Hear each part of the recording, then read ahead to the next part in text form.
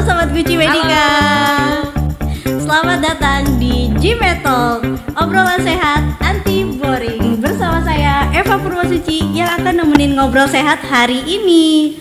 Nah Sobat Guci, pernah gak sih kalian itu dengar tetangga, kerabat, atau bahkan keluarga kalian itu suka ada gejala batuk lama, terus penurunan berat badan, atau berkeringat di malam hari? Hati-hati, siapa tahu itu adalah tanda dan gejala dari TBC atau tuberkulosis. Nah Sobat Guci, negara kita ini nomor 2 di dunia untuk peringkat kasus TBC. Nah daripada kita bingung dan bertanya-tanya atau salah paham, mending kita tanya langsung aja nih sama yang lebih paham, yaitu bintang tamu kita hari ini, Suster Meli, selaku penanggung jawab dari program tuberkulosis di Klinik Guci Medika. Halo Suster Meli. Halo sahabat Guci Medika yang senang mendengarkan tentang tuntas TB pada saat ini. Oke, salam jumpa kembali sahabat Guci Medika. Sekarang kita duduk santai untuk membahas tentang tuntas TB supaya sahabat-sahabat Guci Medika tidak bingung apa ya TBC itu ya, seperti apa ya gejalanya ya, gimana pengobatannya ya, supaya tidak bingung kita tuntas bersama dengan Mbak Eva ya, Mbak Eva ya. Oke, langsung aja nih. Oke, Mbak Kak Eva. Meli. Apa sih TBC itu sebenarnya Kak, dan penyebab awalnya itu apa ya Kak? TBC itu Mbak Eva adalah kuman atau bakteri yang disebabkan oleh Mycobacterium tuberculosis. Bentuknya seperti batang Mbak Eva. Dia bisa hidup di tempat yang banyak oksigennya, seperti di paru-paru, dan dia bisa takut dia dengan sinar matahari. Makanya dia senang dengan yang lembab-lembab Mbak Eva. Oh, jadi penyebabnya itu memang bakteri ya Kak? Bakteri ya. Untuk penularannya sendiri itu gimana sih Kak? Kalau misalkan kita salaman atau misalkan kita satu tempat alat makan sama si penderita TB, apakah kita langsung tertular nih Kak? Nah itu dia Mbak Eva, banyak masyarakat itu menduga-duga penyakit TBC itu penyakit kutukan nggak ya, guna-guna nggak ya, atau mau penyakit diturunkan ya. Tidak, ternyata. Jadi penyakit TBC tidak perlu kita takutkan, tidak perlu harus dihindari. Jangan tidur bareng sama mama, jangan makan sama mama, tidak perlu.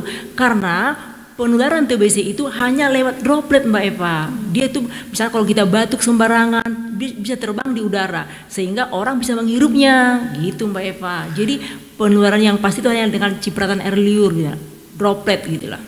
Makanya kalau batuk, orang-orang yang TBC itu dia kan tidak menyadari dia TBC, dia batuk sembarangan aja, tidak menutup mulut atau dengan lengan bajunya boleh, atau membelakangi teman-temannya supaya tidak kena temannya. Kalau dia menyadari dia kena TBC. Berarti lebih ke melalui udara ya Kak iya, Meli ya, iya. untuk penyebarannya. Iya benar. Nah kalau misalkan kita menghirup udara yang sama pasien TBC, apakah kita akan langsung terjangkit TBC nih Kak? Belum tentu. Tergantung di imun kita juga Mbak Eva. Kalau pada saat imun kita turun, kita bisa kena. Apalagi kita misalnya tuh kurang pengetahuan tentang kurang gizi, kondisi imunnya lagi turun, ketemu dengan orang yang TBC, itu bisa kena. Tapi kalau imun kita baik-baik aja sih, saya rasa tidak segampang itu.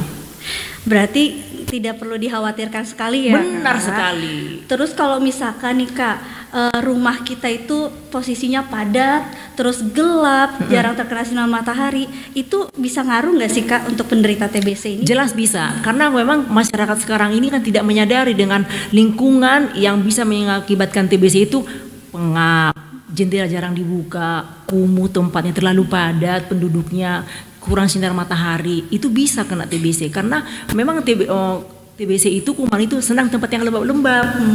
Dia tuh takut dengan matahari. Jadi kalau misalnya dia kumuh pun tapi ada sinar matahari, mungkin tidak segampang itu untuk kena TBC. Tapi kalau misalnya lingkungannya yang udah kumuh, lembab, gelap, tidak ada sinar matahari, itu gampang kena TBC, apalagi dengan zat imunnya turun. Luar biasa sekali Iya Suster dong. Meli.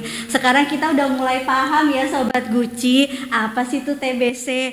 Nah yang paling penting nih Kak Meli, Iya. kita tuh bisa tahu kalau kita tuh batuk yang mengarah TBC itu seperti apa sih? Gejalanya kan beda-beda ini Kak. Benar. Nah itu seperti apa tuh Kak gejala awalnya? Nah, gejala awalnya sih kebiasaan masyarakat kita itu tidak menyadari ya, kalau batuk cuma batuk biasa, dia nganggap remeh gitu, tidak akan menyadari kalau untuk datang ke tempat kesehatan atau ke puskesmas atau ke klinik gitu.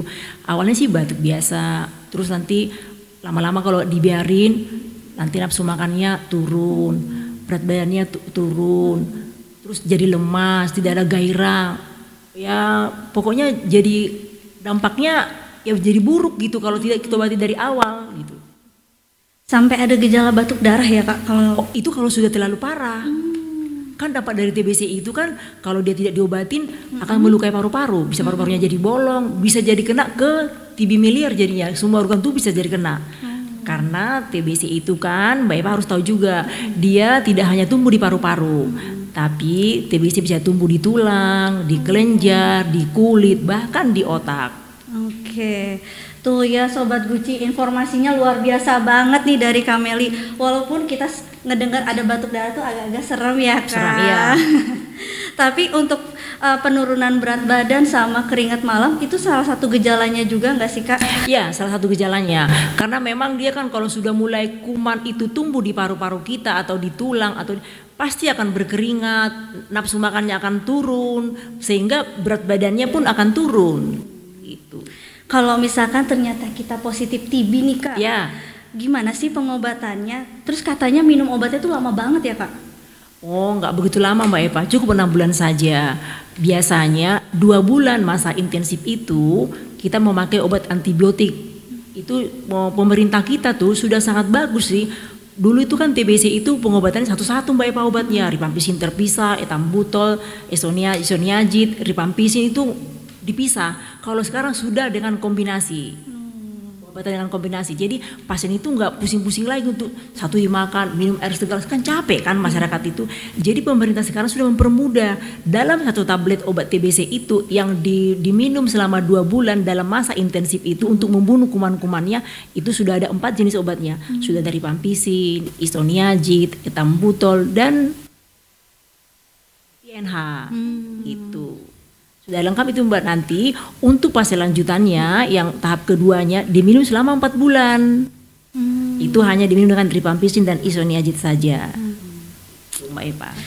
Lumayan agak lama sih ya Kak, 6 bulan pengobatannya. Iya. Tapi Kakak sering ketemu gak sih Kak pasien di klinik yang baru minum obat 2 bulan, terus badannya tuh udah enakan, udah nafsu makan, terus tiba-tiba mereka tuh stop obat sendiri Kak. Itu bahaya gak sih Kak? Nah itu dia Mbak Eva sekarang ini yang membuat kita sangat jengkel banget. Padahal kalau saya ketemu pasien itu saya sudah bilang 2 bulan pertama itu rutin minum obat. Tapi memang enak sih memang Mbak Eva. Di situ kadang-kadang masyarakat itu sudah merasa enak, udah ini dia nggak datang lagi karena memang dia itu kan obat yang pertama itu kan mematikan kuman, tapi belum sembuh. Cuman terkadang pasien karena sudah enak nggak datang lagi. Inilah yang menjadi kendala buat kami nakes ini. Harus mencari mereka supaya tidak berkesinambungan penyakitnya, supaya tidak dibagi-bagi ke orang lain. Kalau dia belum sembuh gimana coba? Kan kasihan dong. Biasanya petugas kesehatan itu yang di puskesmas itu mereka akan memeriksa 4 dari kanan, 4 dari kiri, depan dan belakang posisi rumah pasien. Karena memang Mbak Eva ya, kita itu Guci Medica itu kerjasama dengan lintas sektor. Dengan puskesmas setempat, karena kita kan klinik swasta tuh, kami ambil obatnya kan ke puskesmas, jadi kan pihak puskesmas dong yang lebih hafal yang mana-mana warganya, makanya kita perlu data ke puskesmas. Bila mungkin, karena ini kan PR banget ini buat nakes nih, banyak pasien-pasien yang mangkir Mbak Eva di tengah jalan, karena sudah sembuh 2 minggu makan obat sudah sembuh, udah kan nggak balik-balik lagi, yang handphonenya mati lah, sudah kita WA tidak dibalas gitu, makanya kami langsung lapor ke puskesmas supaya pihak puskesmas yang lacak warganya. Jadi sampai ditemukan dan disembuhkan gitu Mbak Eva. Tuh dengerin ya Sobat Guci, jangan pernah stop obat tanpa kata sembuh. Selain putus obat nih Kak, ada nggak sih pasien TBC itu yang susah sembuh? Atau misalkan ada penyebab lain nggak sih selain yang dari Nah itu dia Mbak Eva. Jadi orang-orang yang TBC itu bisa juga itu yang bisa kena lagi, yang lagi kemoterapi, yang HIV, bahkan dengan DM. Makanya kalau kita itu di Guci Medica, pasien-pasien yang TBC, yang DM itu kita akan cek TBC-nya, TCM dulu. Kan imun mereka pasti menurun. Apalagi yang udah kemo, positif HIV. Dan kami itu selalu periksa ya, pasien-pasien yang kena TBC itu kita cek HIV-nya. Pasti akan bisa jadi dia kena tertular kan. Untuk mengantisipasi demikian supaya pengobatannya lebih optimal, kita cek itu dulu. Gitu. Nah, sobat sehat, ternyata banyak faktor yang mempengaruhinya, termasuk penyakit penyerta, dari ya. HIV, dari tadi diabetes ya Diabetes, Kak, iya. atau misalkan pasien-pasien yang lagi kemoterapi nih. Iya. Nah, ada nggak sih Kak pasien TB itu yang masih bandel, suka ngerokok, kebiasaan ngerokoknya nggak dihilangin? Banyak, tapi saya itu ya Mbak Eva ya termasuk tegas sih untuk pasien-pasien TB itu, karena memang kami itu kan untuk nakes itu kita punya semboyan gitu. TB itu tos, temukan, obati sampai sembuh. Jadi di awal saya memang perlu tegas sama pasien supaya pasien itu menyadari dampak dari penyakit dia kalau tidak sembuh. Gitu kan. Makanya saya bilang, "Pak, rutin ya minum obatnya ya. Jangan sampai kita semangati memang pasien itu untuk minum obatnya." Gitu. Oke Kak. Pertanyaan selanjutnya nih Kak. Oke Mbak Eva. TBC itu kalau nggak diobati atau misalkan berhenti di tengah jalan, itu ada komplikasi terburuknya nggak sih Kak? Jelas ada. Bisa jadi hematopsis, batuk darah, bisa jadi ebusi pleura, pembendungan cairan di paru-paru, bahkan jadi TB miliar. Semua organ tubuhnya kena. Gitu Mbak Eva. Luar biasa.